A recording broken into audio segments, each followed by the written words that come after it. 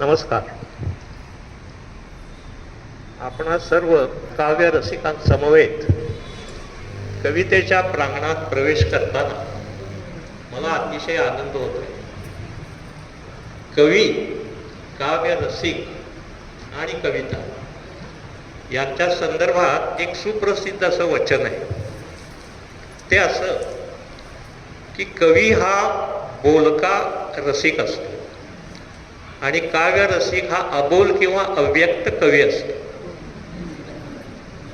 याचा अर्थ असा की रसिकता ही समान आहे.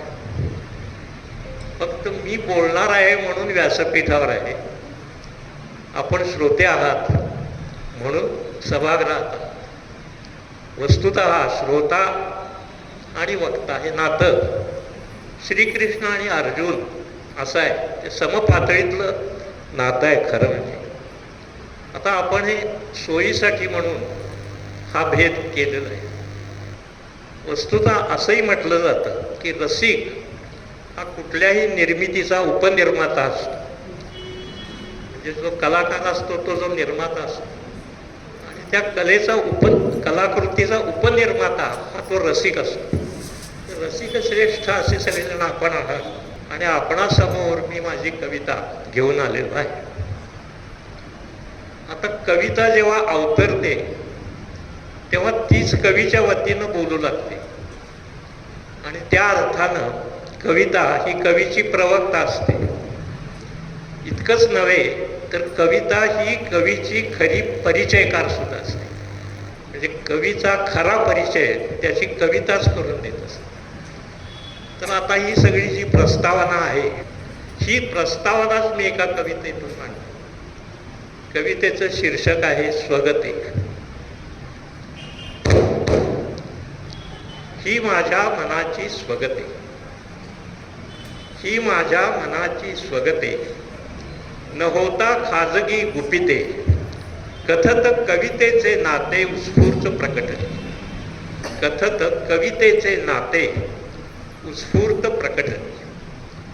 त्या स्वगतांची ही लिखिते आलो घेऊन या मी येथे, जेथे कलागुणांचे पुरस्कर्ते रसिकजे भेटते.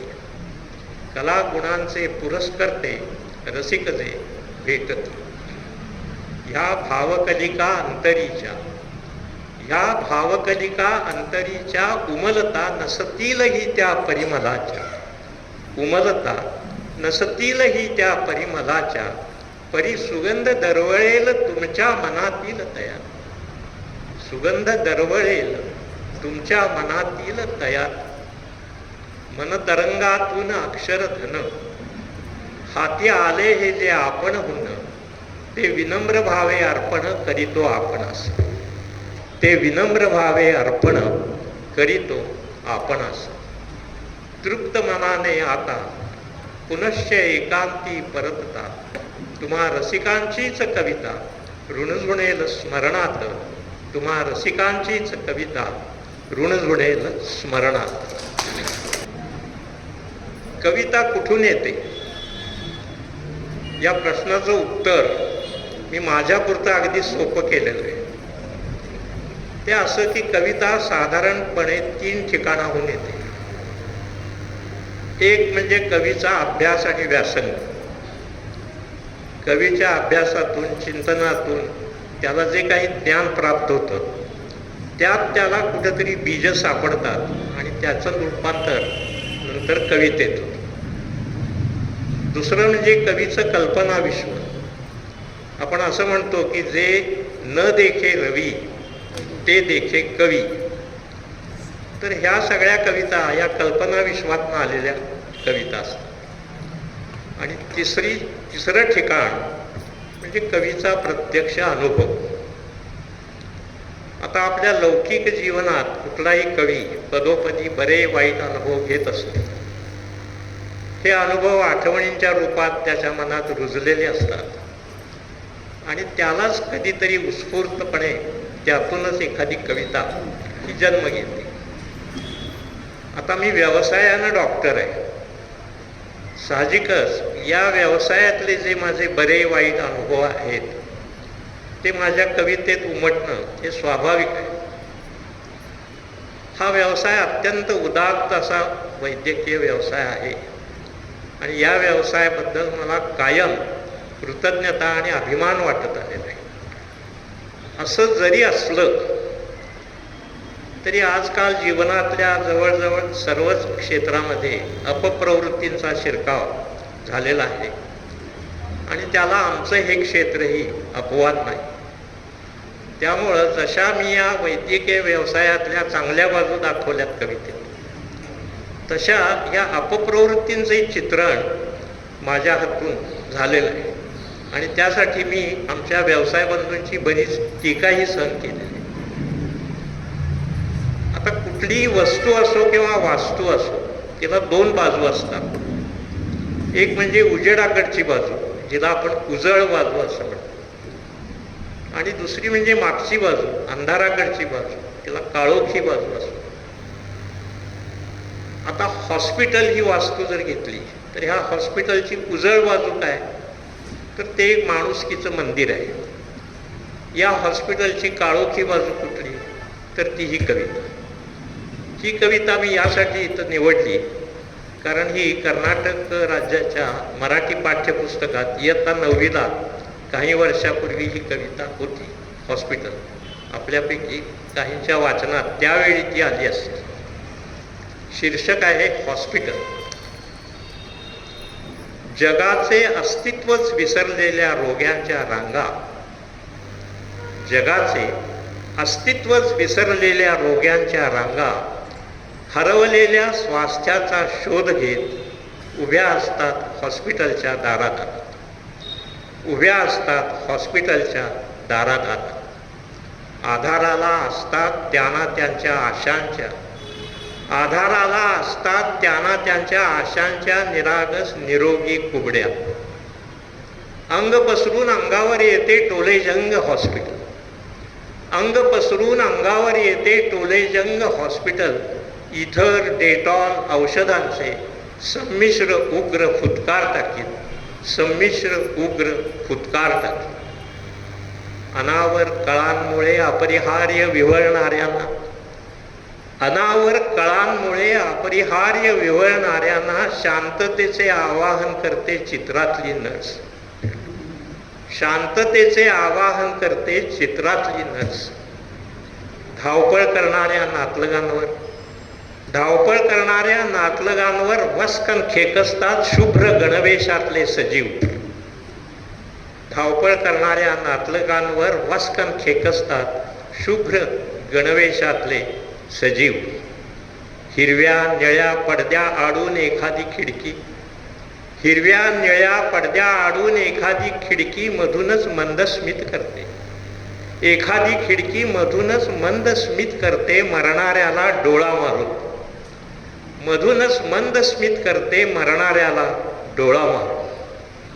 वरच्या मजल्यावर, वरच्या मजल्यावर पंचतारांकित दालनात अतितत्पर सेवा कार्यरत असते अहोरात्र, अतितत्पर सेवा कार्यरत असते अहोरात्र. जिथं विश्रांती घेतात राजकीय आजारी, धनाढ्य मनोविकारी, अरब गुलहौश.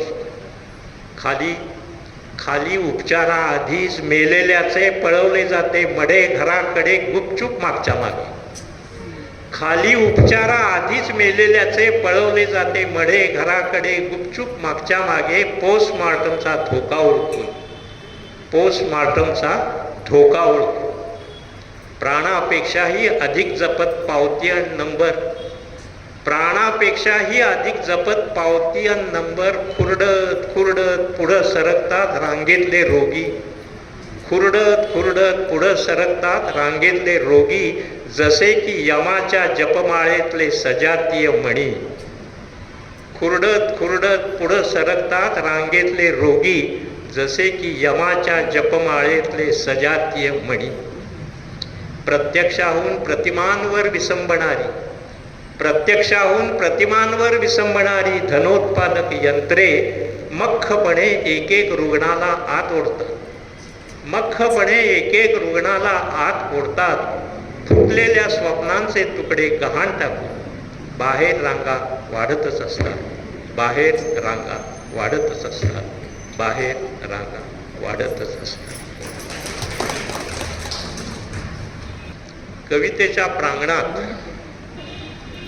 कवितेचा आकृतिबंध आणि आशय यानुसार कवितेचे अनेक प्रकार असतात आणि ते आपल्याला सर्वांना माहिती आहे. म्हणजे अगदी द्विपदी, हायकू, ओवी, अभंग इथून जे सुरू होतात ते भावगीत, भावकविता, गझल, विडंबन, बालकुमार कविता, पोवाडा, लावणी असे ते अगदी खंडकाव्यापर्यंत असे कवितेचे अनेक प्रकार आहेत आणि हे सर्व प्रकार आपापल्या जागी श्रेष्ठ आहेत. यांची परस्परात तुलना होऊ शकत नाही, कारण हे स्वभावतःच भिन्न भिन्न आहेत आणि म्हणून समान श्रेष्ठत्वाचे आहेत. गझल सदृश कविता पूर्वी कवी अमृतराय मोरोपंत यांनी केलेले आहे.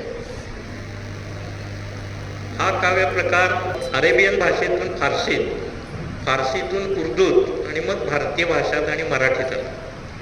याचं श्रेय माधव जुलियन यांना जातं आणि या गझलला खरं मराठमोळ रूप ज्याला आपण म्हणतो ते दिलं सुरेश भट यांनी. या गझलची नियमावली फार कडक आहे. म्हणजे जसं एखाद्या देवाचं 16 ओळं असतं तसं याची नियमावली कडक आहे आणि त्यामुळं हा हाताळायला तसा थोडासा कठीण आहे. याचं एक चांगलं काम यांना असं झालं या गझलमुळं की मधल्या काळात मराठी कविता ही अगदी गद्यप्राय झालेली होती, वृक्ष झालेली होती. की मंगेश पाडगावकर असं म्हणायचे की आडवं जो मजकूर लिहिला आहे पोस्टकार्डवर तोच मजकूर उभं पोस्टकार्ड करून दिला की ती कविता झाली. तर इतकी कविता ती गद्यप्राय होत चालली होती, वृक्ष होत चालली होती. तिला पुन्हा थोडं गेय करण्याकडं या गझलचं मोठं योगदान आहे. ती गायनानुकूल असल्यामुळं भावगीतासारखी गायक लोकांना आकृष्ट करते आणि त्यामुळं कवितेचा प्रसार व्हायला हा एक फार चांगला काव्य प्रकार आहे. दुसरी गोष्ट ही बरीचशी कविता मंचीयकडं सरकते. मंचीय कविता ही आता आपल्याला माहिती आहे की दिलं आणि घेतलं की पटकन समजलं, पटकन टाळ्या मिळाल्या की कवीला थोडा हुरूप येतो. त्याचे अर्थात तोटे पण आहेत, पण ती कवींच्या बाजूला जास्त तोटे आहेत. तर असा हा काव्य प्रकार आहे आणि या 2 ओळींना शेर म्हणतात. 5 शेर झाले की गझल झाली. त्यातला जो आशय आहे तो महत्वाचा आहे आणि त्याला गझलियत असं म्हणतात. तर आता ही गझल कशी असते तर ती तुम्हाला मी गझलच्याच माध्यमातून सांगतो. निर्मितीक्षम ताप असते ही गझल, निर्मितीक्षम ताप असते ही गझल, लाघवी उशाप असते ही गझल. निर्मितीक्षम ताप असते ही गझल, लाघवी उशाप असते ही गझल. जन्म देणारी कवीला आगळा, एकटी मा बाप असते ही गझल, एकटी मा बाप असते ही गझल. आता याचा आस्वाद घ्यायचा झाला तर तो असा उलट्या क्रमाने घ्यावा लागतो. म्हणजे अंत्य यमक, यमक त्याला रफी काजी असं काफिया म्हणतात. तर ती उलट्या बाजूनं हे सगळं साधत जावं लागतं आणि त्यामुळे त्याला तो रिदम येतो. रिदम लय महत्वाची आहे. शेर, आता 2 ओळीचा तो शेर.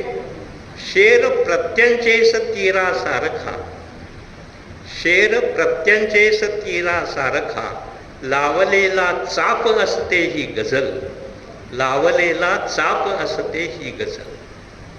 मोजक्या शब्दातला बांधा जरी, मोजक्या शब्दातला बांधा जरी, विश्वव्यापी माप असते ही गझल, विश्वव्यापी माप असते ही गझल. मार्गदर्शी स्पष्टवक्ती मानिनी, मार्गदर्शी स्पष्टवक्ती मानिनी, नेक नैतिक टाप असते ही गझल, नेक नैतिक टाप असते ही गझल. आदितत्वे 5ही, आदितत्वे 5ही आकाश भू, तेज वायू आप असते ही गझल, तेज वायू आप असते ही गझल. दाद तिज जेथून येते त्या स्थळी, दाद तिज जेथून येते त्या स्थळी, उमटलेला छाप असते ही गझल, उमटलेला छाप असते ही गझल. रूप घेवो कोणतेही बाह्यतः, रूप घेवो कोणतेही बाह्यतः, अंतरी निष्पाप असते ही गझल, अंतरी निष्पाप असते ही गझल, अंतरी निष्पाप असते ही गझल. एक गझलचंच एक सोपं रूप, त्याची वेगवेगळी वृत्त आहेत त्या अभ्यासकांच्यासाठी, पण आपल्याला नेहमी व्यवहारात दिसणारी ही गझल. गझलचं शीर्षक आहे जात. जात राही जी सदा ती कात आहे, जात राही जी सदा ती कात आहे, जात नाही जी कधी ती जात आहे. जात राही जी सदा ती कात आहे, जात नाही जी कधी ती जात आहे. धर्म जातीचा मुलाच्या हा रकाना, धर्म जातीचा मुलाच्या हा रकाना, बालवाडीतील ही सुरुवात आहे, बालवाडीतील ही सुरुवात आहे. तो म्हणाला मी निधर्मी, तो म्हणाला मी निधर्मी, हा म्हणाला नाव सांगा, नाव सांगा जात त्या नावात आहे, नाव सांगा जात त्या नावात आहे. प्रेम लग्नाला मुलीच्या बाप गेला, प्रेम लग्नाला मुलीच्या बाप गेला, त्याची या जातीतला जामात आहे, त्याची या जातीतला जामात आहे, म्हणून गेला तो. जात भाईनाच घ्यावे नोकरीत, जात भाईनाच घ्यावे नोकरीत, गुपित हे ख्यातीहुनी प्रख्यात आहे, गुपित हे ख्यातीहुनी प्रख्यात आहे. जा घरी दारी कुठेही हेच आहे, जे असे लोकात ते देशात आहे, जे असे लोकात ते देशात आहे. न्यायदेवी शपथ देई साक्षीदार, न्यायदेवी शपथ देई साक्षीदारा, धर्मग्रंथावर तयाचा हात आहे, धर्मग्रंथावर तयाचा हात आहे. राष्ट्रगीताने कुणा का जाग येते, राष्ट्रगीताने कुणा का जाग येते, बांगतो अन आरती हा गात आहे, बांगतो अन आरती हा गात आहे. दुखविला पुतळा कुण्या माथे फिरूने, दुखविला पुतळा कुण्या माथे फिरूने, जाळपोळीचीच येती रात आहे, जाळपोळीचीच येती रात आहे. ये दुराव्या मागुनी नकली सलोखा, ये दुराव्या मागुनी नकली सलोखा, अन पुन्हा जातीय झंझावात आहे, अन पुन्हा जातीय झंझावात आहे. कान ज्या अर्थी शवाचे टोचलेले, कान ज्या अर्थी शवाचे टोचलेले, पंचनाम्याची अशी रुजवात आहे, पंचनाम्याची अशी रुजवात आहे. जात राही जी सदा ती कात आहे, जात नाही जी कधी ती जात आहे.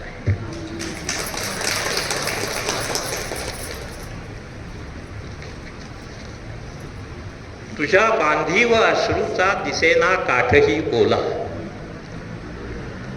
तुझ्या बांधीव अश्रूचा दिसेना काठही ओला, नको होऊस गांधारी व्यथेचा झाकुनी डोळा.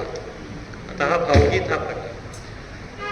तुझ्या बांधीव अश्रूचा दिसेना काठही ओला, नको होऊस गांधारी व्यथेचा झाकुनी डोळा. रडे देवा पुढे रात्री धुक्याने ग्रासला तारा, रडे देवा पुढे रात्री धुक्याने ग्रासला तारा, दुपारी सावलीमध्ये सुखाने लोळतो वारा, दुपारी सावलीमध्ये सुखाने लोळतो वारा. कधी आसू कधी हसू असे आयुष्य हिंदोळा, कधी आसू कधी हसू असे आयुष्य हिंदोळा.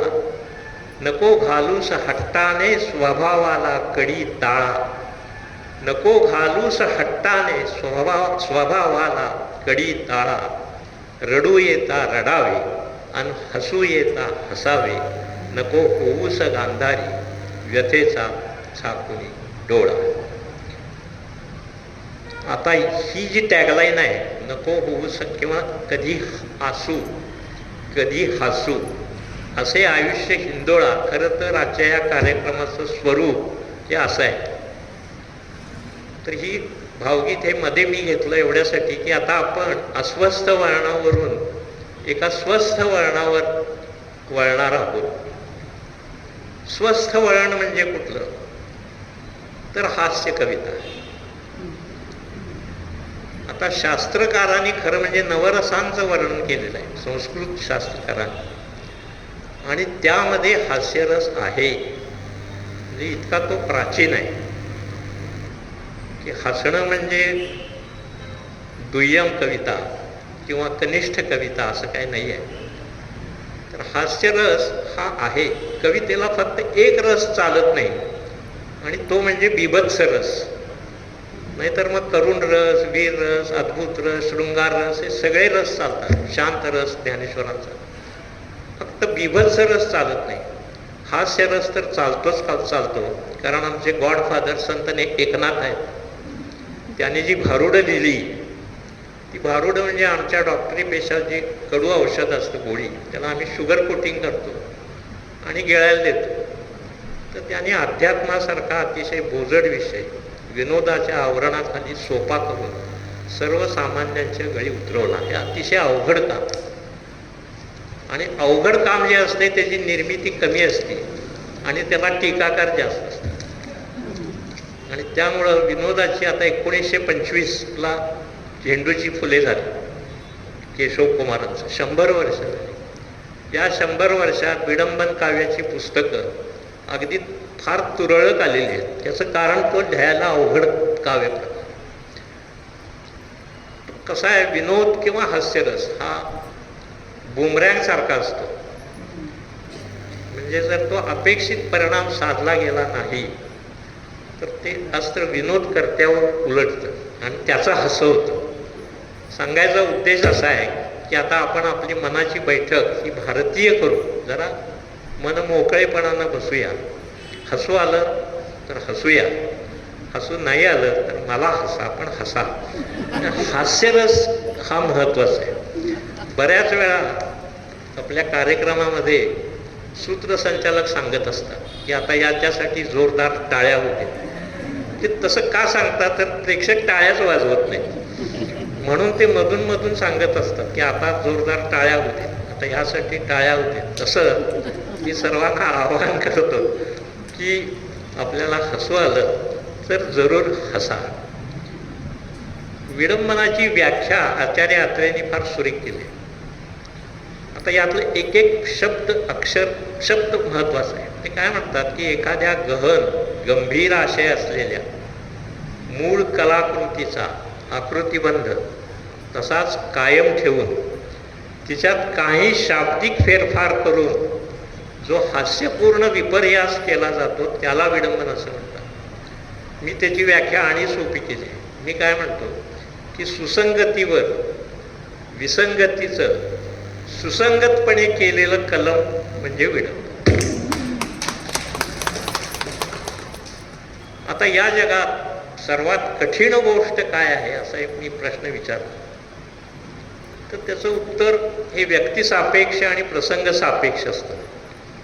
की एखाद्या विद्यार्थ्याला मी हा प्रश्न विचारला तर तो म्हणेल की परीक्षा ही फार कठीण गोष्ट आहे. एखाद्या पुढाऱ्याला विचारला तर तो म्हणेल की निवडणूक ही फार कठीण गोष्ट आहे.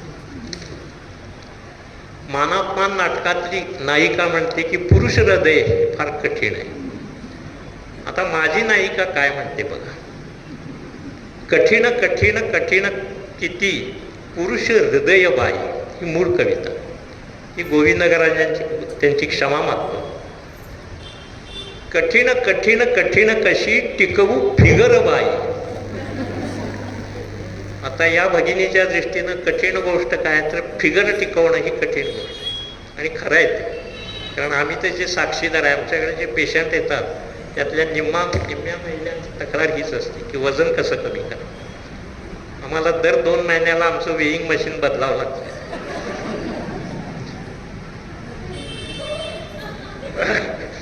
ते हात काढून असा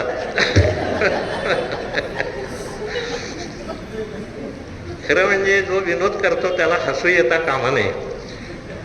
त्या बाबतीत मी जरा कच्चा आहे, मलाही हसू येते बघायचं. तर ही महिला काय म्हणते की कठीण कठीण कठीण कशी टिकवू फिगर बाई, डाएटावरी मी परी फॅट जळत नाही, कठीण कठीण कठीण कशी टिकवू फिगर बाई, लो कॅलरी सूप सपक सपक मी पिते, लो कॅलरी सूप सपक सपक मी पिते, शुगर बटर वगळून कद अन्न खादते, शुगर बटर वगळून कद अन्न खादते, कठीण कठीण कठीण कशी टिकवू फिगर बाई, निढळाचा हेल्थ क्लबी घाम गाळते, निढळाचा हेल्थ क्लबी घाम गाळते, फिगर बिगर परिशेवटी, फिगर बिगर परिशेवटी सुटत सुटत जाई, फिगर बिगर परिशेवटी सुटत सुटत जाई, कठीण कठीण कठीण कशी टिकवू फिगर बाई. ही कविता मी बेळगावचे सुप्रसिद्ध कवी माझे मित्र कैलासवासी अविनाश ओगदे यांना अर्पण केलेले. त्याचं कारण असं की त्यांचा चषक माझा नावाचं विडंबन, मी माझाचं त्यांनी विडंबन केलं होतं, चषक माझा. त्या कार्यक्रमाला मी आलो होतो. परत जाताना मला त्याने एक अभिनव अशी भेट दिली. ही भेट कुठली तर या कवितेतली ही क्लायमॅक्सची जी ओळ आहे ती त्याने मला दिली की पदर बिदर परिशेवटी तुटत तुटत जाई, ही मूळ ओळ आहे. ही आत्ताची जी ओळ आहे ही फिगर बिगर परिशेवटी सुटत सुटत जाई, ही ओळ त्यांनी मला दिली. आणि ते मला म्हणाले की ही कविता मी विडंबनासाठी घेतली आणि मला एकदम शेवटच सुचला, आता सुरुवात तुम्ही करा म्हणा. आणि त्याने ती मला ओळ दिली. आणि मग मला हे आमचं गझलचं तंत्र असते की शेवटाकडनं म्हणजे यमकाकडनं मागं जायचं, तसं तर हे तंत्र असं करून मी ही कविता पूर्ण केली. तर या निमित्तानं मी अविनाशचं स्मरण करतो आणि त्याचबरोबर आणखीन एक दोघांचं स्मरण मी या व्यासपीठावर करतो. ते म्हणजे राह कुंभोजकर नाना आणि आपला दैनिक तरुण भारत बेळगावचा. कारण या विडंबन कविता माझ्याकडे बरेच दिवस पडून होता पूर्वी, 20 वर्षापूर्वी. माझं धाडस होत नव्हतं आणि कुणी ते छापत नव्हते. तर त्यावेळेला राह कुंभोजकर एका कार्यक्रमात भेटले आणि त्याने ही जबाबदारी घेतली. आणि त्यानंतर एक सलग हे दर आठवड्याला एक अशी ही सगळी परिस्थिती झाली. त्यामुळं मी नानांचं स्मरण करतो आणि तरुण भारतचे पुन्हा एकदा आभार मानतो. शास्त्रीय संगीतामध्ये कुठलाही राग घेतला त्यात ठराविक स्वर असतात आणि या स्वरांच्या मध्ये अतिमहत्वाचे असे 2 स्वर असतात. त्यांना वादी स्वर आणि संवादी स्वर असं म्हणतात. म्हणजे क्रिकेटमध्ये जसे कॅप्टन आणि व्हाईस कॅप्टन असतात तसे त्या रागापुरते हे 2 वादी संवादी असतात. ते एकमेकाला खुलवत असतात आणि बाकीचे स्वर या 2 स्वरांच्या भोवती रुंजी घालत असतात. तर हे बॉस असतात. आता गाता गाता एखाद्या गायकानं चुकून किंवा मुद्दाम हे वादी संवादी स्वर बदलले, म्हणजे तीव्र असतील तर कोमल केले किंवा कोमल असतील तर तीव्र केले, तर काय होईल तर तो राग बदलेल, तो मूळ राग राहणार नाही. आणि विडंबनामध्ये नेमकं हेच घडतं. फक्त आपल्याला त्या ध्रुपदातले वादी आणि संवादी शब्द ओळखता आले पाहिजे.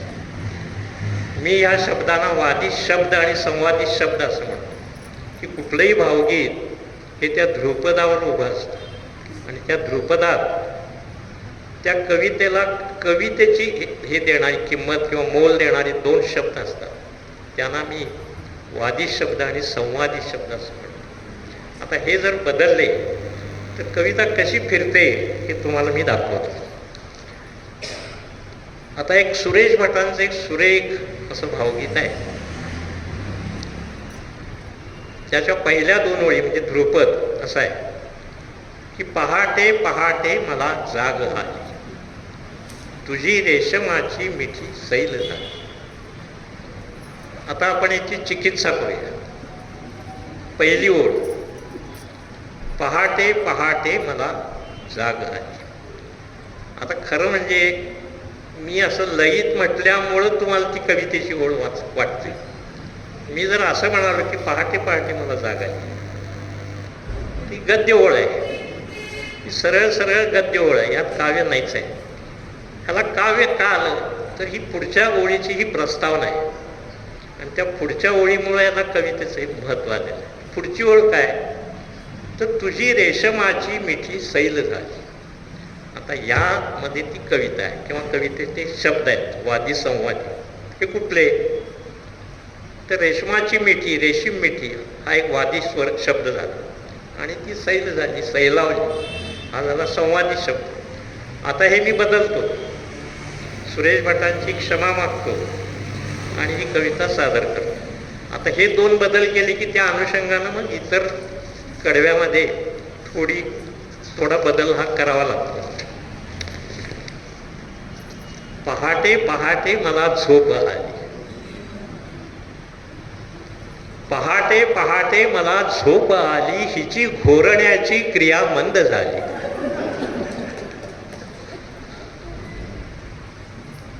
मगाशी सांगितले हसू येता हसावे, त्यात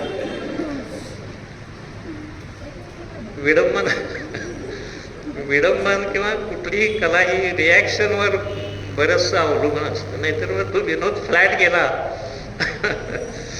पहाटे पहाटे मला झोप आली, हिची घोरण्याची क्रिया मंद झाली. मला झोपवेना हिला जाग येना, मला झोपवेना हिला जाग येना, हिचे घोरणे काय केल्या सरेना. पुढे ओढली मी हिची जीभ साली, पुढे ओढली मी हिची जीभ साली, जरा घोरण्याची क्रिया मंद झाली. पहाटे पहाटे मला झोप आली. आता हा प्रयोग करायला लागलाय तिच्यावर, तिचं घोरणं काहीतरी करून कमी होऊ दे. नको घोरणे हे पहाडी उशाला, नको घोरणे हे पहाडी उशाला, हिचे सारले तोंड भिंती कडेला, हिचे सारले तोंड भिंती कडेला. पळाल्या पळाल्या किती दूर पाली, पळाल्या पळाल्या किती दूर पाली, पहाटे पहाटे मला झोप आली. हिला ना तमा ढेकणा मच्छरांची, हिला ना तमा ढेकणा मच्छरांची, हिला ना दया जागणाऱ्या पतीची. उषा लावल्या मी हिच्या भोवताली, उषा लावल्या मी हिच्या भोवताली, जरा घोरण्याची क्रिया मंद झाली. पहाटे पहाटे मला झोप आली.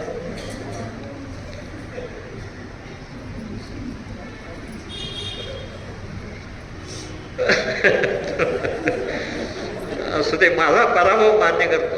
रामदासांनी असं सांगितलं की जो विनोद सांगून स्वतः असतो तो महामूर्ख असतो. पण तुमचा रिस्पॉन्स इतका असा नितळ प्रामाणिक प्रांजळ आहे की ध्वनिक्षेपकाला करा बंद रात्री. हल्ली रात्री 10च्या पुढे ध्वनिक्षेपकाला बंदी आहे. ध्वनिक्षेपकाला करा बंद रात्री, हिचा खेळ किंतु सुरू एक पात्री. ध्वनिक्षेपकाला करा बंद रात्री, हिचा खेळ किंतु सुरू एक पात्री. हिला कायदाना तुरुंगात घाली, हिला कायदाना तुरुंगात घाली, पहाटे पहाटे मला झोप आली. कधी गोल घुमटा तुनी वादळी तो, अकस्मात माझ्यावरी लोळ येतो.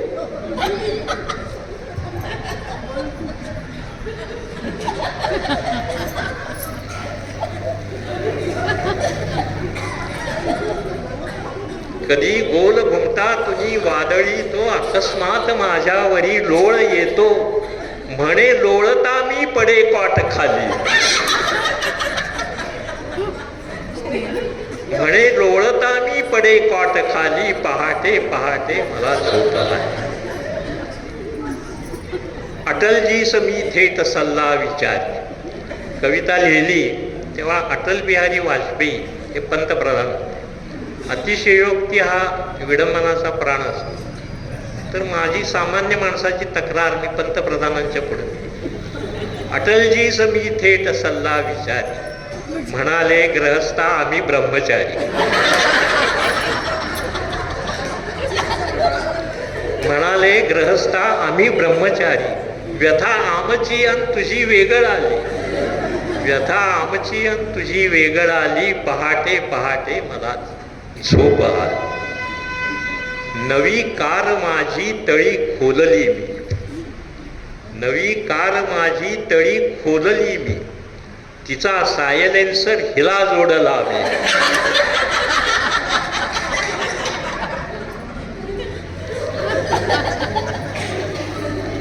नवी कार माझी तळी खोलली मी, तिचा सायलेन्सर हिला जोडला मी.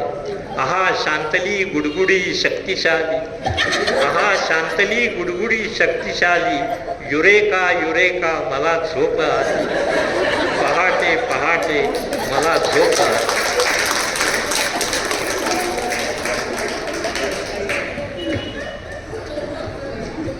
मेडिकली बघायचं झालं,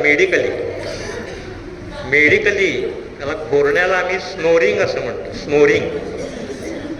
स्नोरिंग ही एक समस्या आहे घोरण्याची, आणि ही महिलांच्यात फार कमी आहे, पुरुषांच्यात महिलांच्यापेक्षा दुप्पट आहे.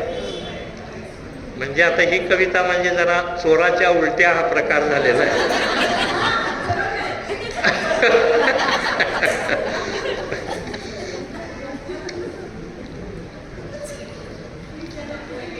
आता विडंबनाचा हेतू काय? मी नुसतीच गंमत केली तर ही एक वाङ्मयीन मनोरंजन तर आहेच आहे. म्हणजे वाङ्मयीन गंमत आहे की आम्हाला इतर कवितेत जे शब्द वापरता येत नाही ते आम्हाला या कवितात वापरायला मिळतात, वेगवेगळी वृत्त वापरायला मिळतात. हा आनंद दुहेरी असतो, कारण मूळ कवीचे आम्ही जेव्हा क्षमा मागतो तेव्हा त्यांचे आम्ही आभारी मानतो, कारण त्यांनी ती कविता लिहिली नसती तर आमची ही कविता जन्माला आली नसती. त्यामुळं हा दुहेरी आनंद आहे. म्हणजे चिंचा आणि बोरं एकत्र खावे तसा आहे की आंबट गोड अशा या चवी असतात. तर या विडंबन कवितेना दंभस्फोटाच्या कविता किंवा बिंगफोडीच्या कविता असंही म्हणतात, की समाजातलं जे ढोंग आहे, दांभिकांची फोडू बिंगे गुदगुल्या करीत, म्हणजे दांभिकांची बिंग आम्ही चाबूक वापरून फोडणार नाही, आम्ही गुदगुल्या करत त्यांना हसत हसवत, हे त्यातलं कौशल्याचा भाग आहे. आणि म्हणून तशा प्रकारच्या मी 1-2 कविता आता सादर करतो. सुधीर मोघे यांचं एक सुंदर भावगीत आहे. सखी मंद झाल्या तारका, आता तरी येशील का येशील का. आता जर तुम्ही ही दोन्ही गीतं समांतर आहेत खरं म्हणजे, की मूळ गीत जर तुम्ही आठवत राहिलात तर हा तसा दुहेरी आनंद आपल्याला मिळू शकतो. तर या दंभस्फोट म्हणजे काय, तर पुरुष किती बेरकी असतात, तर त्याचे आता मी 2 नमुने सादर करणार आहे. विशेषतः नवरे की चुका करायच्या, पचली अंगलट आली तर क्षमा मागे, चूक झाली म्हणायचं, गाडी रोडावर आली की पुन्हा चूक करायला मोकळा.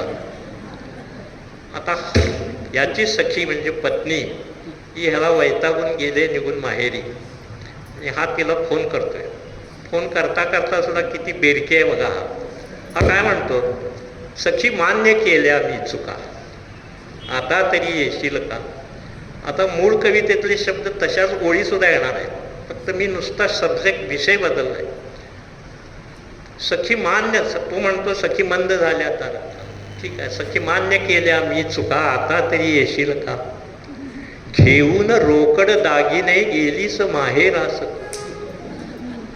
घेऊन रोकड दागिने गेलीस माहेरास, तू हे चलन अंतिम राहिले, हे चलन अंतिम राहिले, तो अर्थ तू देशील का, तो अर्थ तू देशील का, सखी मान्य केल्या मीच.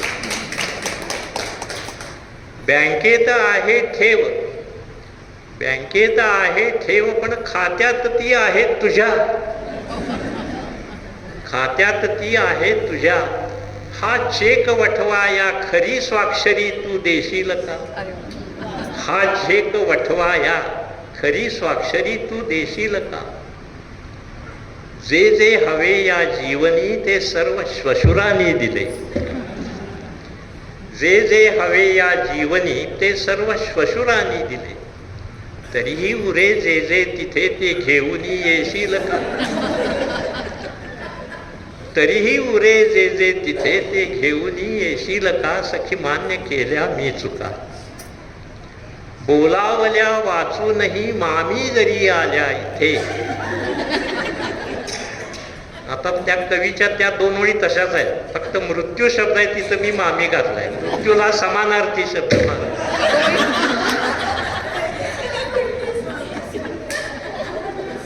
बोलावल्या वाचूनही मामी जरी आल्या इथे, घेईन त्यांनाही घरी, पण सांग तू येशील का, सखी मान्य केल्या मी चुका, आता तरी येशील का, येशील का.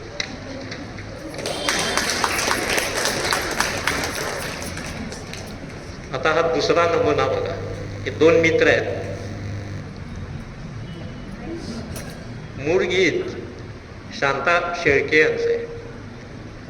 चांदण्या रात्रीतले ते स्वप्न तू विसरून जा, मी तुझी होते कधी ते सर्व विसरून जा. हे एक विफल प्रेमानुभूतीचं विरह गीत असं आहे. आता हे दोन मित्रातला हा संवाद आहे. एक मित्र दुसऱ्याला म्हणतोय, शांताबाईंची क्षमा मागतो, मी तुझे जे घेतले ते कर्ज तू विसरून जा,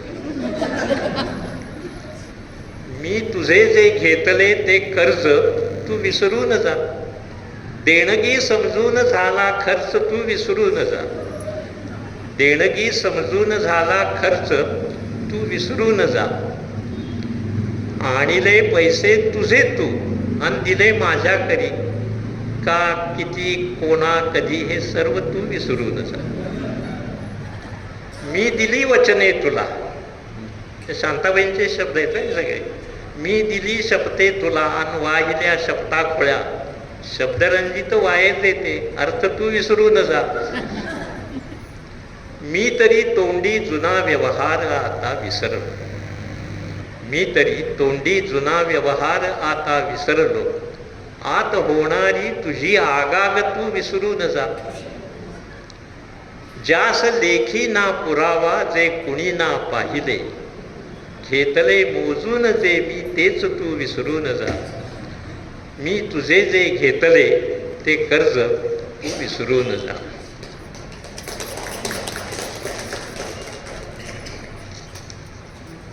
ही जी भावगीतं असतात ही गंभीर आशयाची वगैरे असतात आणि त्यामुळं तशा अनुरूप अशा चालीत ती बांधलेली असतात.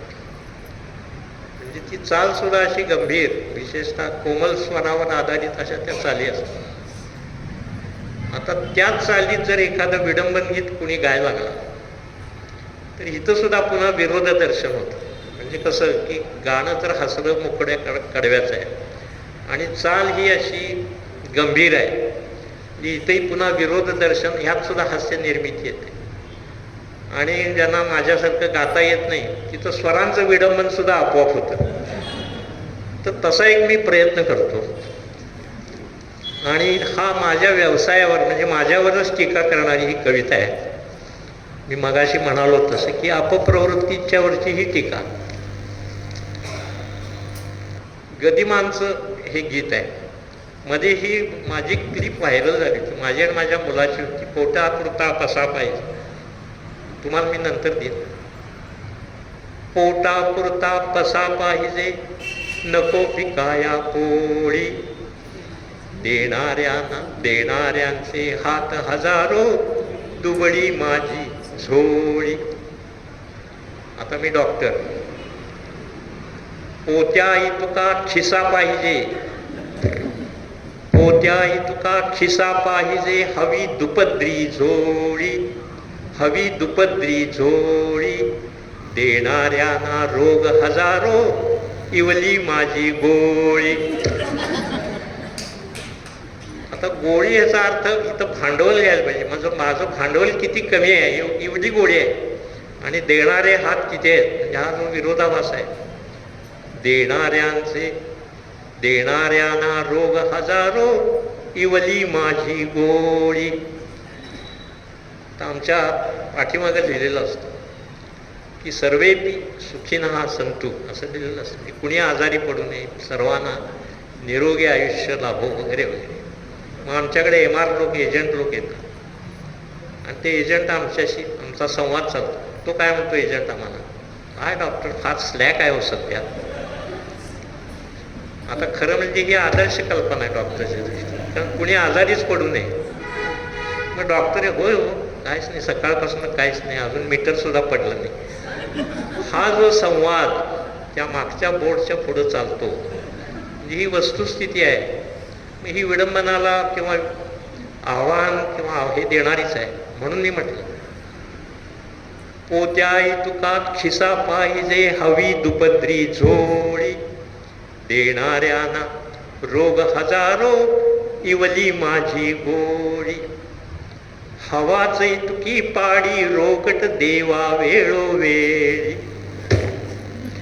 हवाच इतकी पाडी, रोकट देवा वेळोवेळी. लोकांवर जाण्याची येवो डॉक्टराकडे पाळी. लोकांवर जाण्याची येवो डॉक्टराकडे पाळी. टाकीन बँकेमध्ये रोज मी मग नोटांची मोळी. देणाऱ्यांना रोग हजारो, इवली माझी गोळी. महाल गाड्या हव्यात माझे, प्रॅक्टिस चालव भारी. महाल गाड्या हव्यात माझे, प्रॅक्टिस चालव भारी. पंढरपूरची कसली मर्दा, घडव विदेशी वारी. पंढरपूरची कसली मर्दा, घडव विदेशी वारी. हॉस्पिटलाचा हवा पसारा, हवी स्वतःची टोळी. हॉस्पिटलाचा हवा पसारा, हवी स्वतःची टोळी. देणाऱ्यांना रोग हजारो, इवली माझी गोळी. अंती एकच देई, लाडिक हट्ट असे गा माझा. अंती एकच देई, लाडिक हट्ट असे गा माझा. उंच देई वा गिड्ड ईश्वरा, रोड असो वा बोजा. कसली पण दे डॉक्टर पत्नी दे टाळी. कसली पण दे डॉक्टर पत्नी दे टाळी. देणाऱ्यांना रोग हजारो, इवली माझी गोळी, इवली माझी गोळी. शुद्ध विनोद हा कारुण्यावर उभा असतो. आता विनोदाचं तत्वज्ञानाकडे मी जात नाही, पण एक गंमत सांगतो. आपण सरळ माणसं रस्त्यानं सरळ जात असतो. समोरून एखादा अपरिचित माणूस येतो, जाता जाता तुमचा काहीतरी अपमान करतो आणि निघून जातो. आपल्याला वाईट वाटतं. दुसऱ्या दिवशी पुन्हा तोच माणूस, तोच प्रकार, आपल्याला अधिक वाईट वाटतं. करुणा हा प्रकार सातत्यानं घडायला आला की आपल्याला हळूहळू चीड यायला, राग यायला. या सात्विक संतापाची संयत अभिव्यक्ती म्हणजे उपरोध. उपरोधाची पुढची पायरी म्हणजे उपहास, आणि उपहास ही विनोदाची पहिली पायरी असते. आता हा क्रम जर तुम्ही उलटा केला की उपहास, उपरोध, संताप, चीड करत मग तुम्ही त्या करुणेपाशी येता. हा अतिशय अवघड आहे काम. तर ते आपल्याला तो आस्वाद घेताना तितक्या खोलात जायला पाहिजे. वरवर आस्वाद घेतला तर मग काही गोष्टी विसरून हे जातात. म्हणून काही गोष्टी वाचायच्या असतात. गझलमध्ये सुद्धा काही मंचीय गझला असतात किंवा कवितेत सुद्धा काही मंचीय कविता असतात, काही कविता या वाचायच्या असतात. तसा विनोद सुद्धा वाचायच्या काही असतात. तर एक नमुना म्हणून मी सांगतो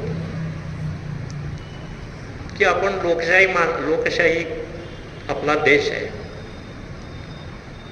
या लोकशाही देशात आपण राजे आहोत. मतदार हा राजा आहे आणि ते सेवक आहेत आपले. वस्तुस्थिती कशी आहे तर उलटी आहे नेमकी. तर आता मी एकदा असा विचार केला की आपण या पुढाऱ्याचं मनोगत जर शब्दात मांडलं तर काय होईल. आणि तो प्रयोग मी केला की ही पुढारी असं का वागतात. त्याला मला एक कविता मिळाली वसर बापटाची आधारात. मैतर हो खातर जमा करू मी कशी. बापटांची कविता आहे. मैतर हो खातर जमा करू मी कशी. आम्ही जाणारच की कवा तरी पटदिशी. आम्ही जाणारच की कवा तरी पटदिशी. आता त्यांचे क्षमा मागतो. आणि हा लीडर काय म्हणते बघा. व्होटर हो लीडर आम्ही.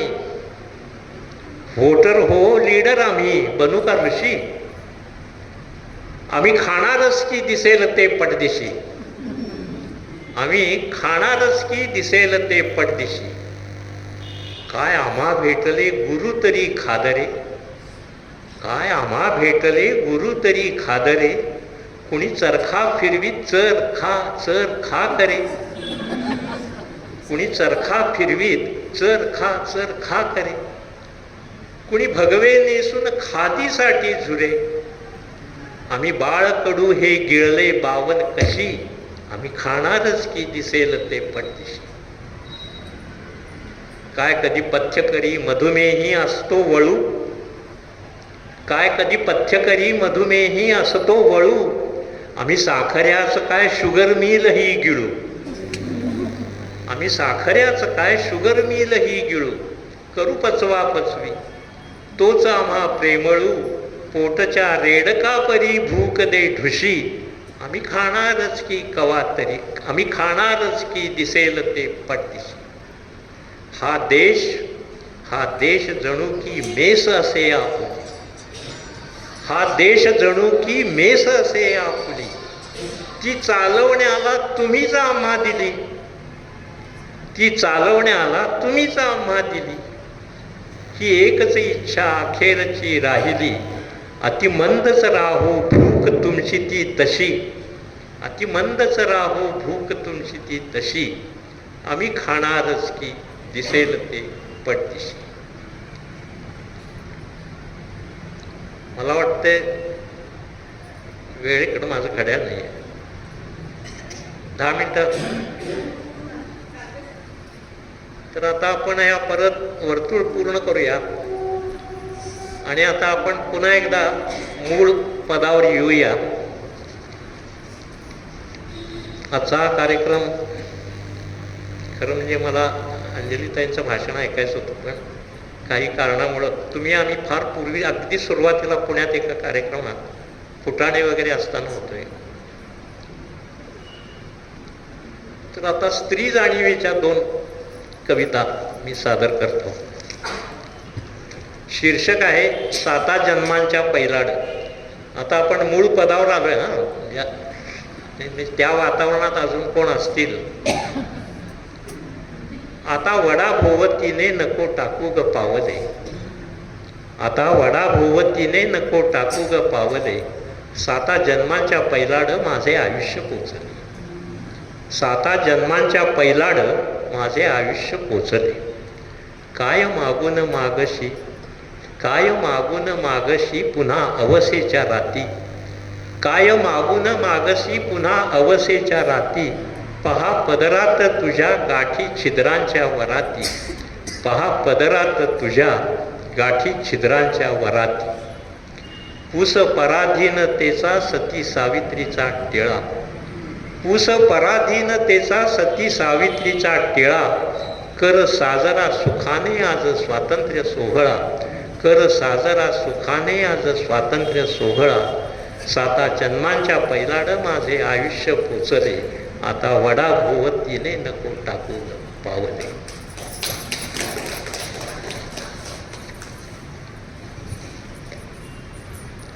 काही कवितांना प्रस्तावना लागत नाही किंवा किंबहुना कवितेला प्रस्तावना असूच नये असं म्हणतात आणि ते खरं आहे, कारण ती कविताच बोलत असते. या कवितेचं शीर्षक आहे बळी अमृताचा. मुलीची कुण्या वाचवा हाक आली, मुलीची कुण्या वाचवा हाक आली, तिच्या रक्षणाला न गेला कुणी, तिच्या रक्षणाला न गेला कुणी, दिसा ऐन लोकात निष्पाप तो जीव, घेऊन झाला फरारी खुनी, घेऊन झाला फरारी खुनी. बघे बघे पांडवांसारखे द्यूत हरल्या, बघे पांडवांसारखे द्यूत हरल्या, गुन्हेगार दुःशासनासारखा, नव्या भारतीया नव्या भारतीया, मुलीचा तयाच्याच तो आर्त धावा ठरे पोरका, तो आर्त धावा ठरे पोरका. विषाने बळी अमृताचाच घ्यावा, विषाने बळी अमृताचाच घ्यावा, नुरावी त्रिलोकात संजीवनी. अशा दुःख दर्यामध्ये एक घरटे बुडे आज दुसरे उद्याला, अशा दुःख दर्यामध्ये एक घरटे बुडे आज दुसरे उद्याला. मुलींच्या शिकारीस टोळ्या निघाल्या, मुलींच्या शिकारीस टोळ्या निघाल्या, विषयांध धरुणा तरुणा धमांच्या जिथे. मला काय त्याचे न माझी कुणी ती, मला काय त्याचे न माझी कुणी ती, अशी लोकभाषा तिथे चालते, अशी लोकभाषा तिथे चालते. इथे हात गीतेवरी ठेवता साक्षदाता फुटे बुडबुड्यासारखा, इथे हात गीतेवरी ठेवता साक्षदाता फुटे बुडबुड्यासारखा. नफा संशयाचा खुन्याला मिळे, नफा संशयाचा खुन्याला मिळे, आणि निकाली निघे एक शोकांतिका, निकाली निघे एक शोकांतिका. मुलीनो उठा, मुलीनो उठा सिद्ध व्हा, मुलीनो उठा सिद्ध व्हा यापुढे आत्मसंरक्षणाला खलांपासूनी, आत्मसंरक्षणाला खलांपासूनी. इथे द्रौपदीच्या मुकुंदाप्रमाणे तुम्हा पाठ राखान बंधू कुणी, तुम्हा पाठ राखान बंधू कुणी. इथे द्रौपदीच्या मुकुंदाप्रमाणे तुम्हा पाठ राखान बंधू कुणी, तुम्हा पाठ राखान बंधू कुणी.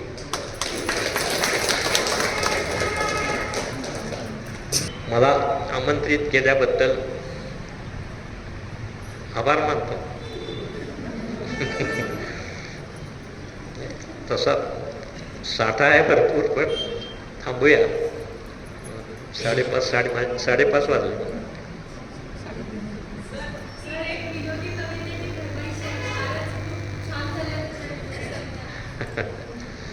पुन्हा आपल्याला तर भैरवी नंतर पुन्हा यमन कल्याणकडे जाऊया आपण. काय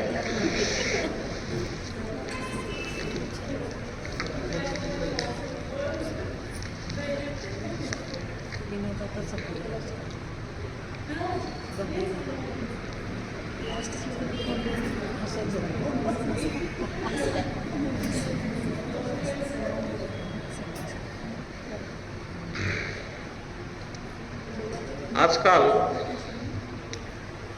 तीर्थक्षेत्रांना चांगले दिवस आलेले आहेत. कुठल्याही तीर्थक्षेत्री जावा, भरपूर गर्दी असते. आमच्याजवळ नरसोबाची वाडी आहे. जेव्हा आम्ही देवाला जातो तेव्हा आम्ही बघतो की बाहेर येणारे लोक 5-6 लोक तरी काहीतरी शोधत असतात. आल्यावर त्यांच्या चपला चोरीला गेलेल्या असतात. आता देवाच्या दारात हे घडते. मग आमच्या रोज देवाला जाणारे काही लोक आहेत, ते हुशार झाले. ते काय करतात, जाताना अनवाणी जातात, येताना अनवाणी येतात. त्याच्यापेक्षाही थोडे हुशार भक्त असतात. त्यांनी खास देवाला जायला किंवा लग्न समारंभात की जिथं बाहेर चपला काढावे लागतात अशा ठिकाणी जाण्यासाठी असा एक खास जोड ठेवलेला असतो चपला. तो इतका दरिद्री असतो की तो बघितला की चोराची चोरी करायची इच्छाच मावळावी, इतका तो दरिद्री असतो. त्यामुळे ते तसेच राहतात तिथे. त्याच्यापेक्षा आणि काही भक्त हुशार असतात. ते जाताना अनवाणी जातात आणि येताना बाटाच्या दुकानातनं आल्यासारखे नवीन बूट चप्पला घालून घरी येतात. आता देवाच्या दारात जर हे असं घडत असेल तर मग आता काय बोलायचं या भक्तांना. तर जुन्या शांताबाई जोशी यांचं एक जुनं भक्तिगीत आहे. चालीत म्हणणार, मला चालीत म्हणता येत नाही. देऊळातल्या देवा या हो उतराही तुमच्या या अंगणी, उतराही पायरी थांबली बहिणाई दारी. त्यांची क्षमा मागतो. देऊळातल्या देवा या हो तुमच्या या अंगणी, चोरल्या चपला मम कोणी. देऊळातल्या देवा या हो तुमच्या या अंगणी, चोरल्या चपला मम कोणी. बघ देवा हे प्रकार इथले, इथे खिशाचे कर्तन चाले. तुझे विठ्ठला बरे आपुले हात खिशांवर ठेवोनी. तुझे विठ्ठला बरे आपुले हात खिशांवर ठेवोनी, चोरल्या चपला मम कोणी. ओळखशी तू तव भक्तांना, हौशा गवशा अन्नवशांना. स्वर्गी ठेवून तुझ्या वहाणा, इथे उभा तू अनवाणी. स्वर्गी ठेवून तुझ्या वहाणा, इथे उभा तू अनवाणी. चोरल्या चपला मम खालून जातो नवीन चपला, घालून जातो नवीन चपला. अनामिकाच्या मीच विठ्ठला, घालून जातो नवीन चपला. अनामिकाच्या मीच विठ्ठला. गंडवील तो मग तिसऱ्याला, गंडवील तो मग तिसऱ्याला. नेत्र बंद का तव म्हणून, नेत्र बंद का तव म्हणून. चोरल्या चपला मम कोणी, चोरल्या चपला मम कोणी.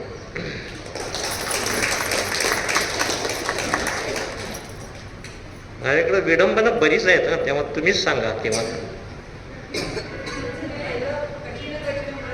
ओके.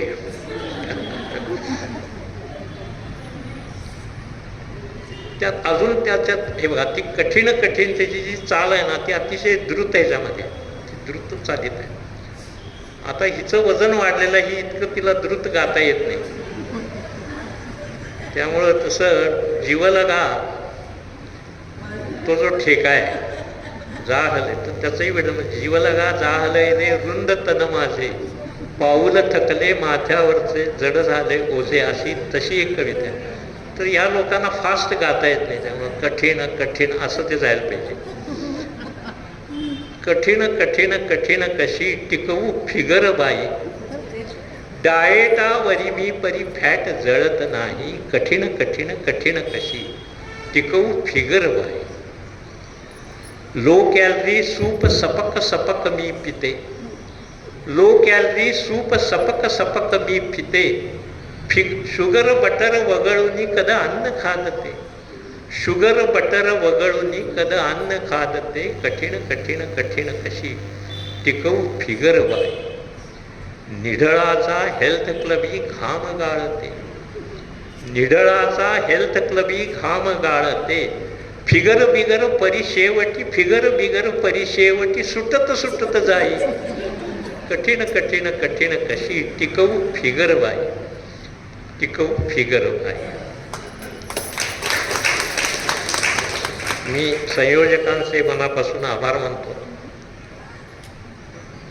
शोभाताईंचे विशेष आभार मानतो. या सर्वांचे सामंत देशपांडे मधून अधून अत्यंत आपुलकीनं आत्मीयतेनं चौकशी करत होत्या, आग्रह करत होत्या.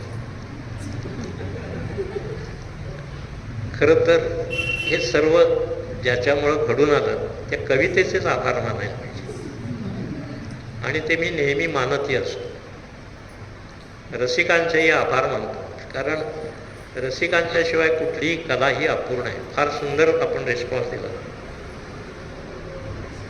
कवितेने मला काय दिले, कवितेने काय दिले, कवितेने प्राण दिले.